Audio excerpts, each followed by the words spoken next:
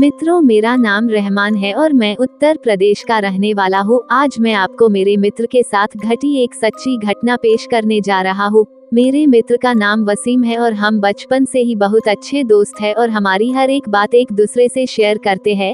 हम जब कॉलेज में आए थे तब उसकी सगाई हो गई थी। वो उसकी मंगेतर से, जिसका नाम रेशमा था, से बहुत प्यार करता था और वो दोनों रात भर मोबाइल पर बातें करते रहते हैं।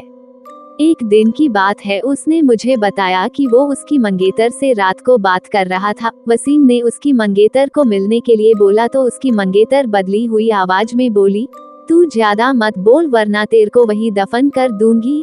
वसीम एक बार तो ये सुनकर चौंक गया और फिर सोचा वो शायद मजाक कर रही होंगी। फिर वसीम भी उसको मजाक में बोला, क्या कर लेगी तू मेरा, देखते हैं।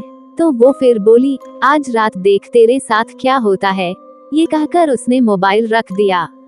अगली सुबह जब वसीम मुझसे मिला तो वो अपनी आप बीती बताने लगा। उसने मुझे रात को फोन वाली बात बताई और उस रात उसके साथ जो हुआ वो बताया। उसने बताया कि रात को 2-3 बजे के आसपास अचानक उसकी नींद खुली और उसके सामने एक सफेद लंबी दाढ़ी वाला आदमी बैठा था। वो बोलने लगा, ले आ गया मैं, अब देख तेरे साथ क्या होता है। उसने वसीम के गले को पकड़ लिया। ऊपर मेरी सांसें रुक गई। वसीम ने उसी वक्त अल्लाह का नाम लेते हुए नमाज पढ़ना शुरू कर दिया और वो उसके सामने से गायब हो गया। मुझे उसकी बात सुनकर बड़ा अचंभा हुआ कि ऐसे कैसे हो सकता है। उसके अगले दिन वसीम ने फिर अपनी मंगेतर से मोबाइल पर बात की और बोला, कल रात तुम मुझे क्या नाब शनाब बोल रही थी। उसकी मंगेतर ने कहा, ऐसा कैसे हो सकता है जबकि कल तो मैंने फोन ही नहीं किया था। ये सुनकर वसीम के रोंगटे खड़े हो गए और उसने तुरंत फोन काट दिया। उसी वक्त वसीम ने मुझे फोन किया कि उसकी मंगेतर की तबीयत खराब है और कल उसके घर पर चलना है।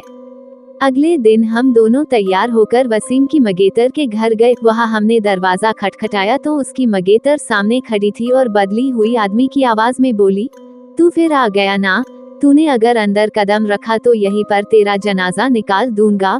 वसीम बोला कि ये क्या बोल रही है तू। वसीम आगे था और जैसे ही उसने घर में कदम रखा उसकी मंगेतर ने दीवार पर टंगी तस्वीर उतारकर वसीम के सर पर दे मारी। उसके सर से खून बहने लग गया। वसीम के ससुर और सालों ने उसकी मंगेतर को पकड़कर बिठाया। फिर उसके सालों ने वसीम के सर पर पट्टी बांधी। रेशमा के दादाजी ने बताया कि रेशमा को जिन का साया लग गया है।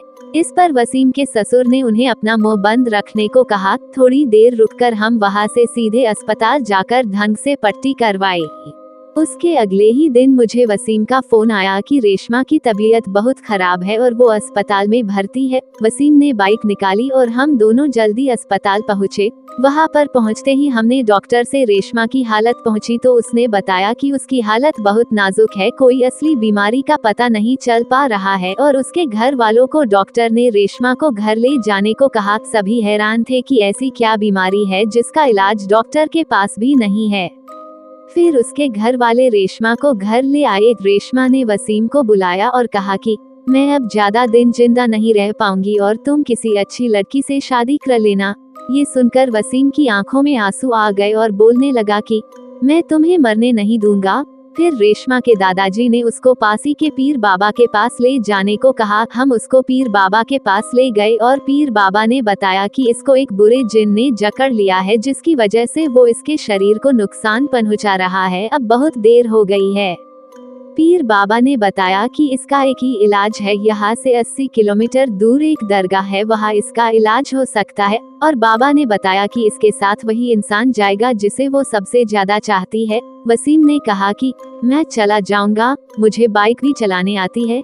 रात के 3 बजे वसीम और रेशमा दोनों बाइक पर निकल पड़े, लेकिन आधे घंटे बाद किसी का फोन आया कि वसीम और रेशमा दोनों एक्सीडेंट में मारे गए। ये सुनकर मेरा रो रो कर बुरा हाल हो गया। मेरा सबसे करीबी दोस्त अब इस दुनिया में नहीं रहा।